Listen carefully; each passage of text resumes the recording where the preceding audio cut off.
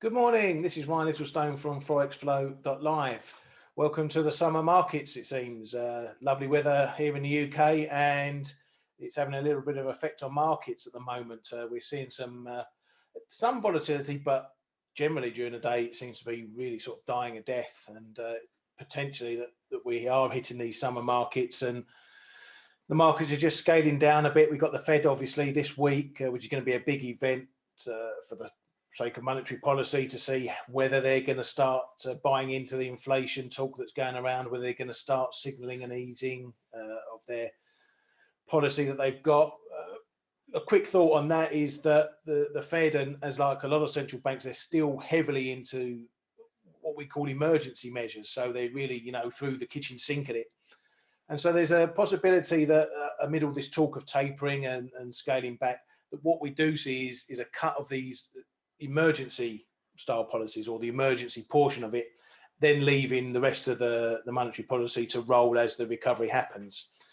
So as I say, quick thought of that, I don't think there's going to be any taper tantrums coming. There may be some small knee-jerk reactions if they do announce some form of taper, be it now, next month, or into Jackson Hole. But other than that, the market knows what a taper is. It knows it's going to happen eventually. This isn't 2014-15 where it's a big surprise. So I think the reaction is going to be a bit more muted. But anyway, we look towards the Fed on Wednesday to see whether they're going to give us anything or not. In the meanwhile, we're looking at the pound here, cable, pound versus the dollar.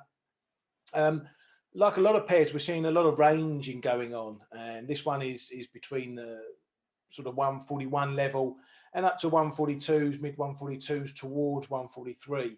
If we look at the 4-hour chart here, we can see that range throughout the month of May and into June. And we're just getting a little test of the lower edge here. Level I've got around 70, 75 down here. Bit of a line in the sand for me. If we break under that, then we have the potential to run towards the 140.50 area. But anything under 141, if we're holding under 141, that is likely to bring pressure on the big 140 level, which, as we know, was a big level on the way up. Lots going on there. Now, what this does do is if we keep this bearish tone that we're seeing on the range the last few days, it pushes us further from the bigger, wider range. And if we look to that wider range, switch to something like the monthly chart, you can see from that band of blue that I've marked there, 142 to 144 is a big technical zone. It was a big level on the way down. We've seen it bounce here, going back into 2016, 17, 18, that sort of period. That's where after the Brexit, we've got to bounce up to. That's as far as it got.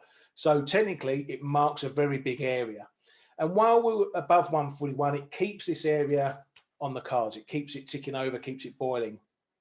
So whether we do get a push higher, if we can crack that area, then perhaps we're running on to 150.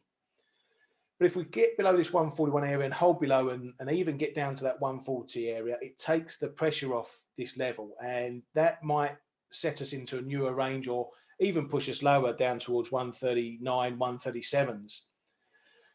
That's the longer term picture. And you've got to sort of match up the short term with the long term. If we stay above this 141 area, then it keeps this area in play, and will it, won't it, story goes on. Turning to something like the Bank of England, which obviously monetary policy is going to be a big situation for there too. We've got some important data out this week that could determine whether we stay in this range, at least for the shorter term, maybe over the summer period. And it'll also keep the rate expectations bubbling over there to see if we can push higher. So that's the range I'm looking at this week for the pound. And as always, I wish you luck with your trading.